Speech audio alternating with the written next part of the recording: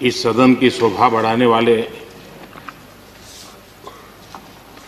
सदन में जीवंतता लाने वाले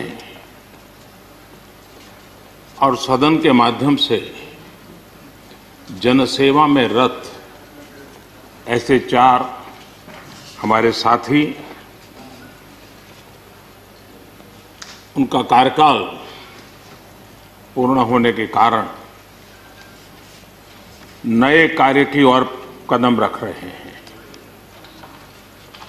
श्रीमान गुलाम नबी आजाद जी, श्रीमान शमशेर सिंह जी, मीर मोहम्मद फैयाज जी, नाजिर अहमद जी,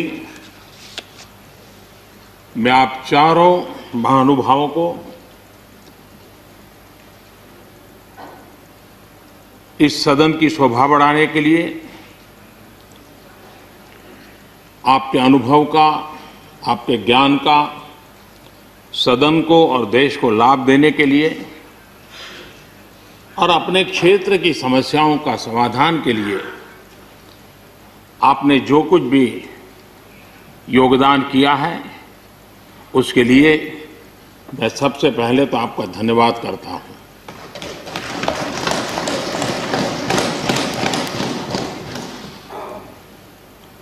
मीर मोहम्मद जी और नाजिर अहमद जी, ये दोनों ऐसे साथी,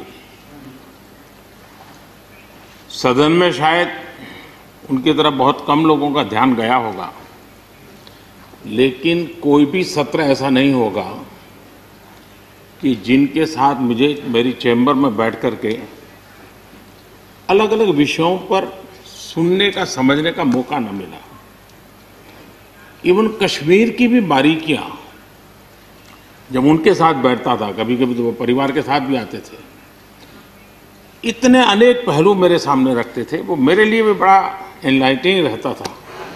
तो मैं हमारे इन दोनों साथियों का, जो मेरे साथ व्यक्तिगत रूप से नाता रहा और जो जानकारियां मुझे वो मिलती थी, मैं उसके लिए उनका हृदय से आभार भी व्यक्त करता हूं। और मुझे विश्वास है कि उनका कमिटमेंट और उनकी क्षमता, ये दोनों देश के लिए और विशेष करके जम्मू कश्मीर के लिए काम आएगी। देश की एकता, देश के सुख शांति वैभव को बढ़ाने में काम आएगी, जब मुझे पूरा विश्वास है। हमारे एक साथी शमशेर सिंह जी, अब तो याद भी नहीं रहा कितने सालों से मैं उनके साथ काम करता रहा हूं, क्योंकि मैं संगठन की दुनिया में का इंसान रहा, इसी क्षेत्र में मैं काम करता था। कई वर्षों तक जम्मू कश्मीर में भी काम करने का मौका मिला। तो मेरे साथी कार्यकर्ता के रूप में कभी एक स्कूटर पर ट्रैवल करने का मौका मिलता था। बहुत छोटी आयु में जो इमरजेंसी में जेल में गए, उसमें शमशेर सिंह जी थे। और इस सदन में शमशेर सिंह जी की उपस्थिति 96% है। ये अपने आप में, यानी जो दायित्व जनता ने उनको दिया, उसको बिल्कुल 100% निभाने का प्रयास। मृदुभाषी हैं, सरल हैं, और मुझे विश्वास है कि जम्मू कश्मीर से रिटायर्ड होने वाले 4 आदरणीय सदस्यों के लिए उनके जीवन का यह कार्यकाल सबसे उत्तम कार्यकाल है, क्योंकि इतिहास ने एक नई करवट बदली है और जिसके वो साक्षी बने हैं, सहयात्री बने हैं। ये उनके जीवन की बहुत बड़ी घटना है। श्रीमान गुलाम नबी जी, मुझे चिंता इस बात की है कि गुलाम नबी जी के बाद इस पद को जो संभालेंगे, उनको गुलाम नबी जी से मैच करने में बहुत दिक्कत पड़ेगी।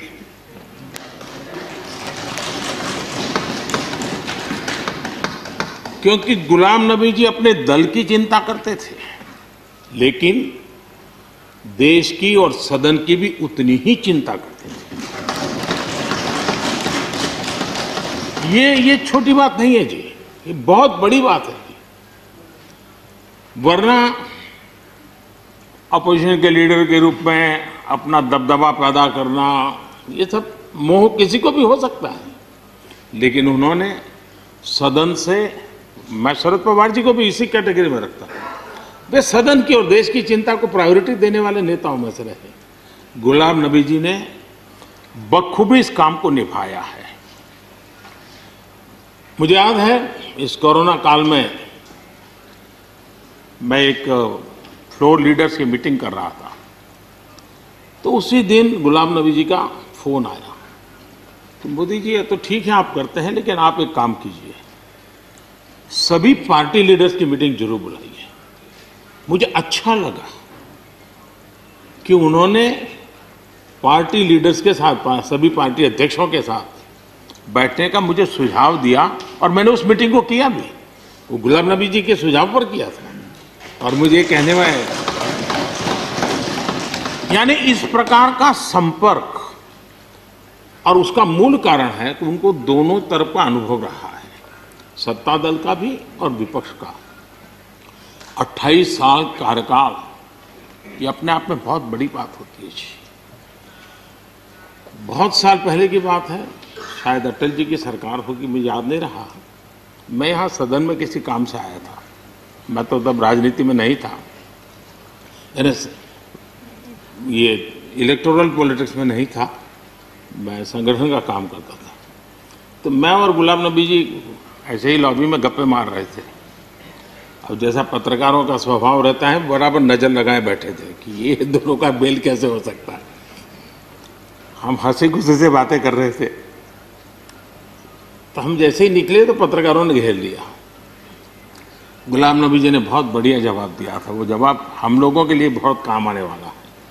उन्होंने कहा, भाई देखिए, आप लोग हमको अखबारों में या टीवी माध्यमों में या पब्लिक मीटिंग में लड़ते झगड़ के देखते हो, लेकिन सचमुच में इस छत के नीचे हम जैसे एक परिवार का वातावरण कहीं नहीं होता है। इतनी हमारी आत्महत्या होती है, इतने सुख दुख होते हैं। ये जो स्पिरिट है, वो स्पिरिट अपने आप में बहुत बड़ी बात होती है। गुलाम नबी जी का एक शौक शायद बहुत कम लोगों को पता होगा, और कभी उनके साथ बैठोगे तो बताएंगे। हम सरकारी बंगलों में रहते हैं, तो बंगले की दीवारें, अपना सोफा सेट, उसी के आसपास हमारा दिमाग रहता है। लेकिन गुलाम नबी जी ने उस बंगले में जो बगीचा बनाया है, यानी एक प्रकार से कश्मीर की घाटी की याद दिला दे, ऐसा बगीचा बनाया है। और इसका उनको गर्व भी है, वो समय देते हैं, नई नई चीजें जोड़ते हैं, और हर बार जब कंपटीशन होती है तो उनका बगलो नंबर 1 ले आता है। यानी अपने सरकारी जगह को भी कितने प्यार से संभालना, यानी बिल्कुल मन से उन्होंने इसको संभाला है। जब आप मुख्यमंत्री थे, मैं भी एक राज्य का मुख्यमंत्री के नाते काम करता था, हमारी बहुत गहरी निकटता रही उस कालखंड में। शायद ही कोई ऐसी घटना मिल सकती है कि जबकि हम दोनों के बीच में कोई संपर्क सेतु न रहा। एक बार गुजरात के यात्री, क्योंकि जम्मू कश्मीर में जाने वाले टूरिस्ट में गुजरात बहुत बड़ा नंबर रहता है, और टेररिस्टों ने पर हमला कर दिया, करीब 8 लोग शायद मारे गए। सबसे पहले गुलाम नबी जी का मुझे फोन आया,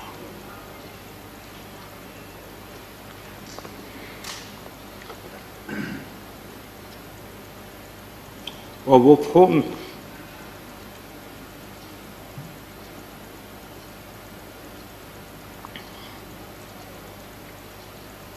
सिर्फ सूचना देने का नहीं था,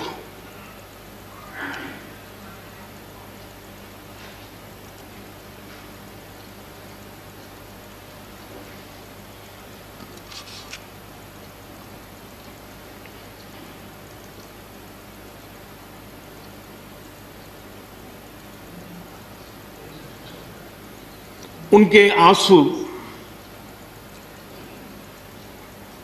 रुक नहीं रहे थे। फोन पे उस समय प्रणब मुखर्जी साहब डिफेंस मिनिस्टर थे। मैंने उनको फ़ोन किया, मैंने कहा साहब अगर फोर्स का हवाई जहाज मिल जाए डेड बॉडी को लाने के लिए। रात देर हो गई थी। प्रणब मुखर्जी साहब ने कहा आप चिंता मत कीजिए, मैं करता हूं व्यवस्था। लेकिन रात में फिर गुलाम नबी जी का फोन आया। वे एयरपोर्ट थे।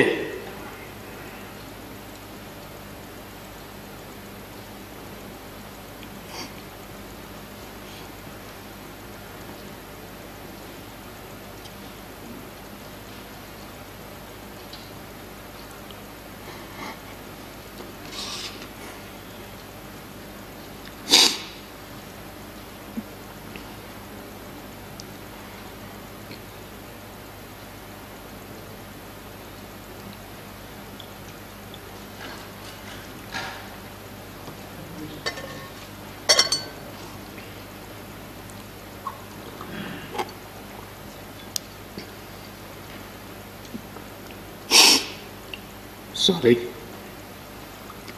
उस रात को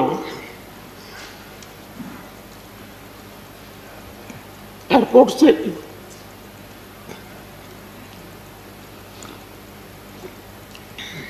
उन्होंने मुझे फोन किया और जैसे अपने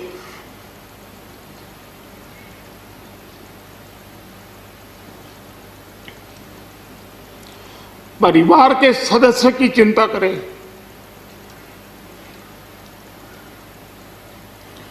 वैसी चिंता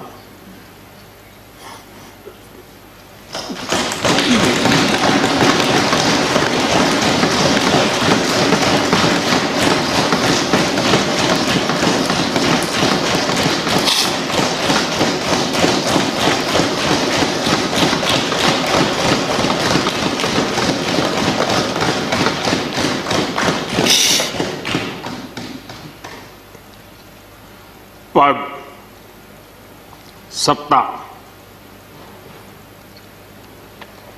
जीवन में आती रहती है, लेकिन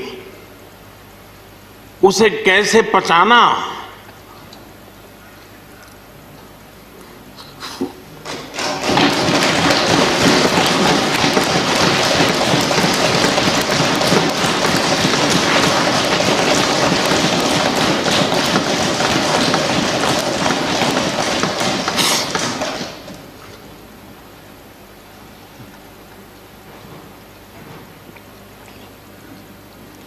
मेरे लिए बड़ा भावुक पल था।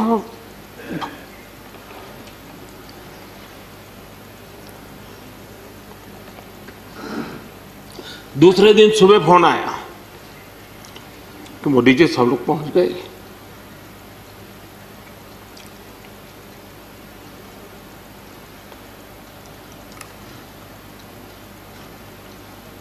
इसलिए एक मित्र के रूप में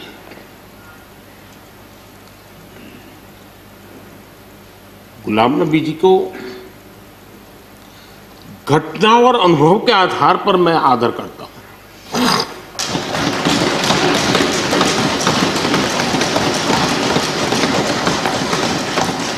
और मुझे पूरा विश्वास है कि उनकी सौम्यता, उनकी नम्रता, इस देश के लिए कुछ कर गुजरने की उनकी कामना, वो कभी उनको चैन से बैठने नहीं देगी। और मुझे विश्वास है कि जो भी दायित्व जहां भी वो संभालेंगे, वे जरूर वैल्यू एडिशन करेंगे, कंट्रीब्यूशन करेंगे और देश उनसे लाभान्वित होगा। ये सब मेरा पक्का विश्वास है। मैं फिर एक बार उनकी सेवाओं के लिए आदरपूर्वक धन्यवाद करता हूं और व्यक्तिगत रूप से भी मेरा उनसे आग्रह रहेगा कि मन से मत मानो कि अब आप इस सदन में नहीं हो। आप के लिए मेरे द्वार हमेशा खुले, इन चारों माननीय सदस्यों के लिए खुले हैं। आपके विचार, आपके सुझाव क्योंकि देश में सब बहुत जरूरी होता है। ये अनुभव बहुत काम आता है, मुझे मिलता रहेगा, ये अपेक्षा मैं रखता ही रहूँगा। आपको मैं निवृत्त होने नहीं दूंगा। फिर एक बार बहुत शुभकामनाएं, धन्यवाद।